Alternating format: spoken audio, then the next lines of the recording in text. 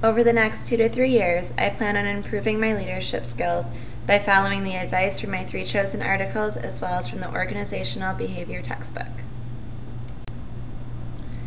I can start by using what I already know to stay authentic and real.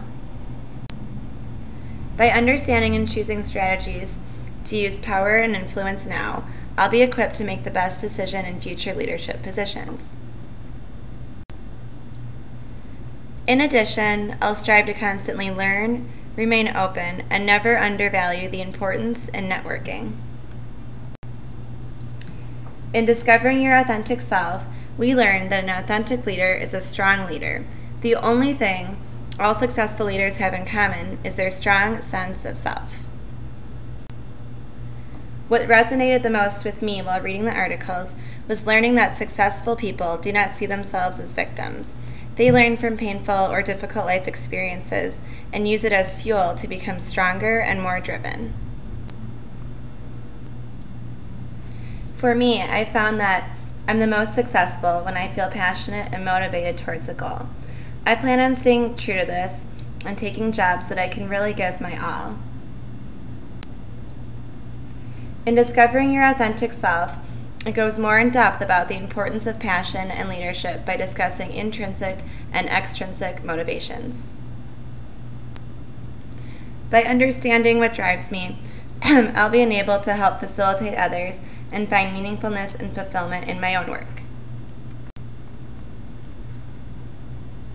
While extrinsic motivations, such as money and possessions, are acceptable and common partial motivators, successful leaders all share internal care and authentic passion in their work. It's all about finding the right balance. This is important for me to remember as I move across the country within the next few months and change schools. It's difficult to predict exactly where I'll be in 2 to 3 years. I'll need to stay true to the passion I have for promotional marketing events and apply everything I learned here over there. After managing a few events over the past year, I'd like to manage events on a larger scale after graduation. I realize there are many misconceptions about being a manager. New managers do not have the same guidelines or structure they did in their last position. New managers are given this formal authority role, but come to find out that it is anything but. Until they can establish a trusting and credible work relationship, they don't always get the responses the position deserves. Formal authority is also known as legitimate power and comes with a title, such as group leader, manager, CEO, etc. It's this form of power that allows the boss to ask something of their subordinates. Reward power and coercive power are important to build strong leaderships. I'll need to understand how to give or accept appropriate evaluations, rewards, or punishment surrounding a position. While leadership is all about the use of power and influence, power is the actual ability to influence others. As a leader, I'll need to use influence in a number of effective ways. These are rational persuasion, consultation, inspirational appeals, and collaboration. The use of influence is imperative to the team.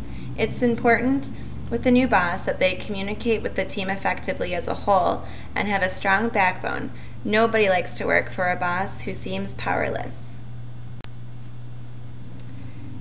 In how leaders create and use networks, we conclude that networking as a leader is a great way to apply one of the most important forms of influence, consultation. Through our networks, we can gain feedback and insight into our own business, as well as other networks of those that we would not have thought to reach out to. Consultation can be used in business for problem solving before making a final decision. This gives the position under the leader a chance to voice their opinion, give a new perspective, and gain influence. Some managers refuse to consult or network outside their day-to-day job. They see it as unnecessary extra work. However, a leader's job is not just the logistics of it, but who they know and what they bring. the organization will benefit from the leader gaining insight and building relationships both on the inside and outside. The last piece of my plan is to always use the power of negotiation.